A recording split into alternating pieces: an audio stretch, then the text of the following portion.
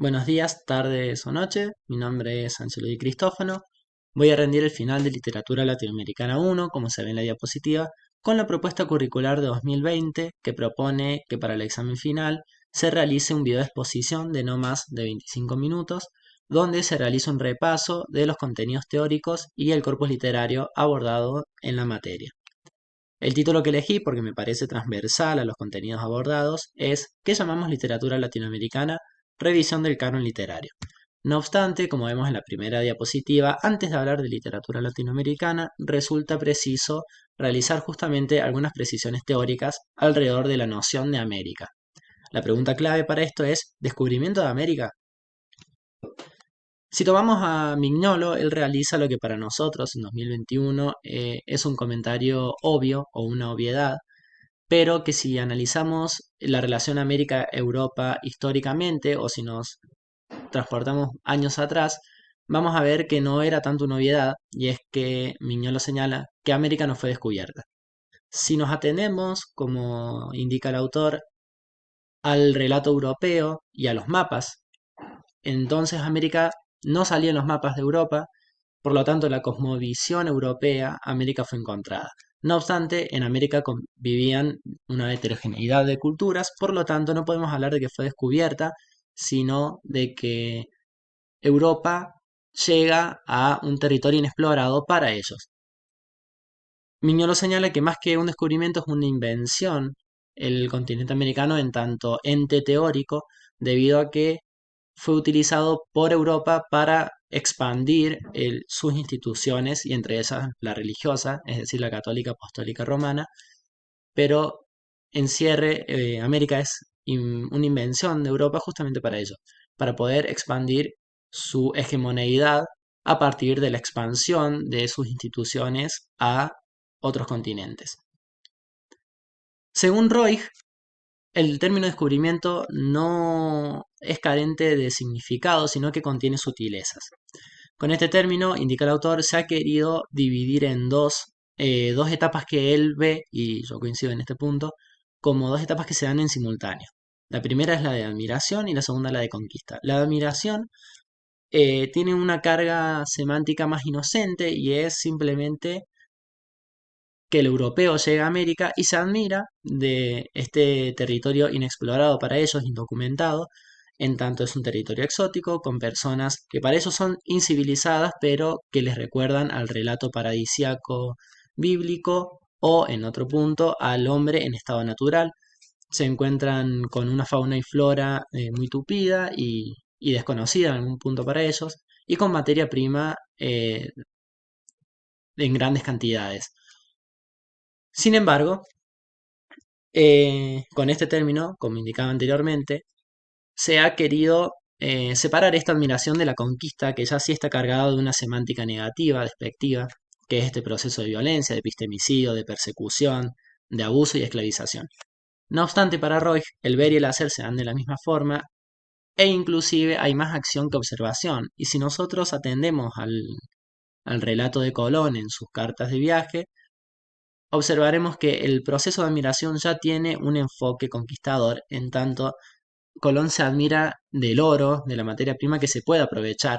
Y en este punto recordamos a Todorov, que señala que la forma de relación de los americanos frente a la de los europeos es distinta, en tanto la forma de comunicación es con el mundo y la de los europeos es entre mismos europeos y su relación con el mundo es de explotación.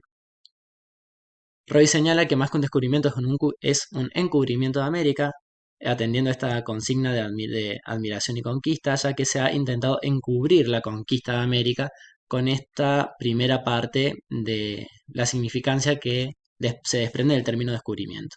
En este sentido, podemos hablar, a partir de estos dos autores, que hay una justificación del descubrimiento, y esta justificación es, en un primer punto, civilizatoria y evangelizador, en tanto desde Europa se piensa que las culturas en América necesitan de el afán evangelizador y civilizador de Europa para poder considerárselos humanos en un mismo nivel. Roy señala que incluso el primer receptor de este afán evangelizador y civilizador es la misma Europa porque son los que pueden hablar el lenguaje, no solo la lengua española, sino el lenguaje de la dominación. Inclusive hasta que a partir de generaciones los americanos lograron aprender los idiomas de Europa, como el español o el portugués. Hasta ese punto el principal público de esta empresa civilizadora fue la misma Europa.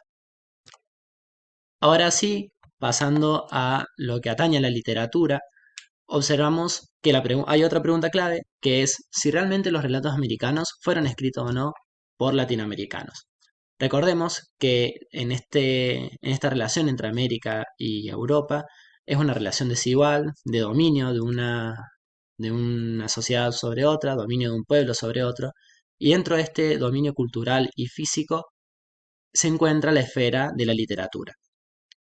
En este sentido, tanto Lienhard como Ana Pizarro destacan que el canon literario oficial, a partir del cual nosotros hablamos de relatos americanos, tiene un lineamiento europeo. De hecho, Lienhard señala que en la cultura europea el sistema de escritura es fundamental, mientras que en el pueblo americano, entendido en su heterogeneidad, la oralidad es primordial o principal. De hecho, Todorov señala que el avance de la escritura en los pueblos americanos se corresponde con la concepción que ellos tenían sobre los europeos. Y él estudia y realiza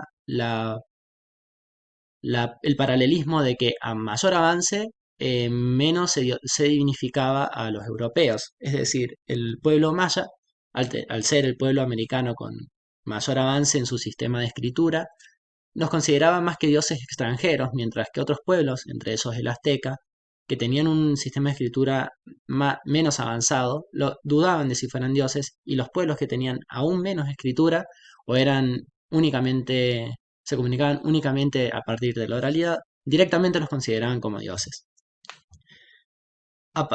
Retomando a Lienhard y con este ejemplo en mente, encontramos que Europa trae consigo una concepción de la literatura a partir de la escritura como bellas letras que genera que las expresiones literarias latinoamericanas se aparten de este canon seleccionado y pasen a ser, como veremos a continuación, consideradas ilegítimas.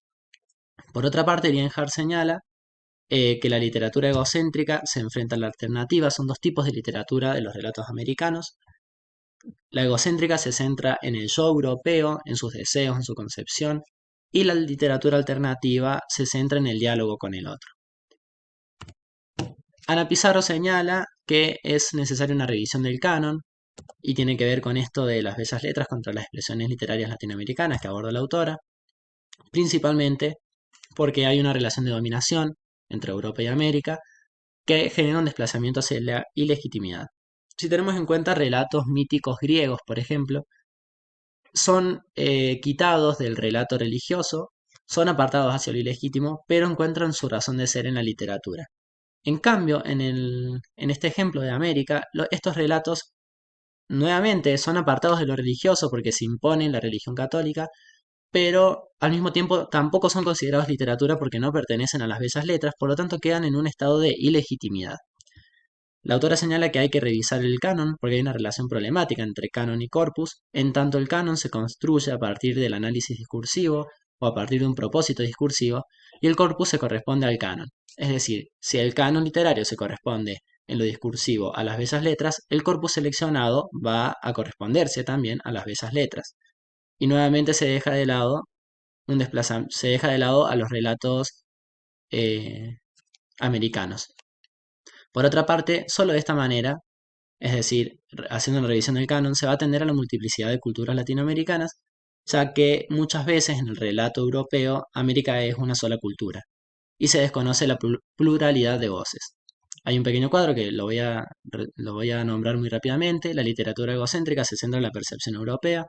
Los destinatarios están siempre fijados en Europa y el máximo exponente o el público máximo al que aspira un escritor es la corona.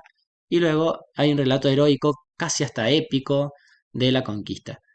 La literatura alternativa está centrada en el diálogo con el otro americano. Los destinatarios no siempre son la corona, aunque en ocasiones sí. y son relatos resignificadores de las vivencias que los mismos americanos tienen como pueblo frente a la invasión y conquista europea. El problema, o yo lo destaco como un problema, es que ambos siguen modelos estructurales europeos, en tanto cuando los americanos tomen la pluma, señala Lienhardt, lo van a hacer siguiendo estructuras sistemáticas de escritura de corte europeo. Por último, Pizarro señala que hay que realizar una revisión del canon justamente para evitar esto y nosotros tenemos que atender a cuál es la posición teórica a partir de la cual nombramos los relatos americanos. Un punto puede ser el posicionamiento geográfico y en este sentido la Carta de Colón sería el primer relato americano en tanto concebimos el relato americano como relatos hechos en territorio americano.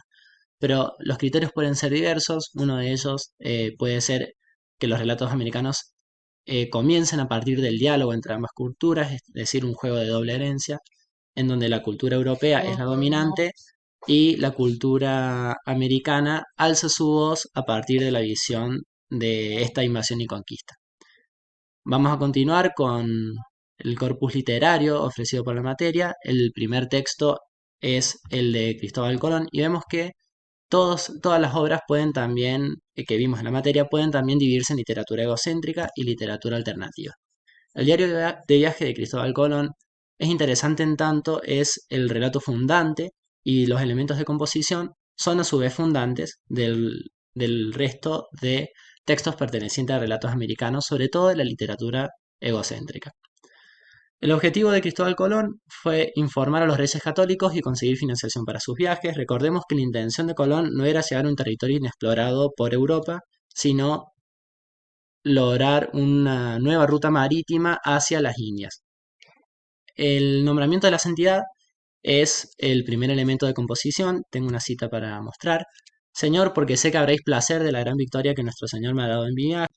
Aquí vemos cómo la victoria de Cristóbal Colón es una victoria de él como individuo, pero al mismo tiempo es una victoria que es dada por Dios. En este punto hay un paralelismo entre si Dios me da la victoria, entonces es porque es justa. Además, este nuestro Señor, en vez de otra fórmula como la que puede ser Dios, al mismo tiempo da un sentido de pertenencia en el que Colón y la corona española forman parte de este mismo grupo religioso católico. Por otro lado, otros elementos de composición que yo separo en dos, pero al mismo tiempo se pueden ver juntos, son la admiración del hallazgo desde la ideología propia, como hablábamos de la literatura egocéntrica, y descripciones exageradas de la riqueza del territorio. Tengo dos citas, las voy a leer rápidamente. Las tierras de ellas son altas y en ella hay muchas sierras y montañas altísimas, sin comparación con la isla de Tenerife, que los vi tan verdes y tan hermosos como son por mayo en España. Otra isla hay, me aseguran que mayor que la española, en que las personas no tienen ningún cabello. En esta hay oro 50 y de esta y de las otras traigo conmigo indios para testimonio. Aquí vemos que siempre la admiración del hallazgo va a ser desde la cosmovisión europea propia, hay muchas comparaciones, y en todas las comparaciones parece que siempre sale ganando América, es decir, siempre los árboles son más hermosos que en España, hay más oro que en España. Esto lo que hace es magnificar el hallazgo de Colón para la corona, ya que, como decíamos antes, hay un afán conquistador y de aprovechamiento de la materia prima, y si Colón puede percibir toda esta materia prima es porque la corona en algún momento puede aprovecharla. En este sentido podemos ver las descripciones exageradas de la riqueza del territorio y por otra parte hay una idealización no solo del territorio como veníamos viendo, como un paraíso que recuerda al Edén, sino también del hombre en su estado natural. Tengo una cita también para mostrar. La gente de esta isla y de todas las otras que ha hallado y ha habido noticia, andan todos desnudos, hombres y mujeres, así como sus madres los paren. No tienen hierro, ni acero, ni armas, ni son para ello, no porque no sea gente bien dispuesta y de hermosa estatura, salvo que son muy temerosos a maravilla. Entonces encontramos que, según los autores señalan, Colón y también Europa misma ven a estas culturas americanas no solo como culturas incivilizadas y paganas, sino también como representación del hombre en estado natural que recuerda directamente al relato sacro de el Génesis. He mostrado citas en el diario de viaje de Colón por ser este el relato fundante, pero por una cuestión de tiempo no voy a poder mostrar citas de todas las cartas.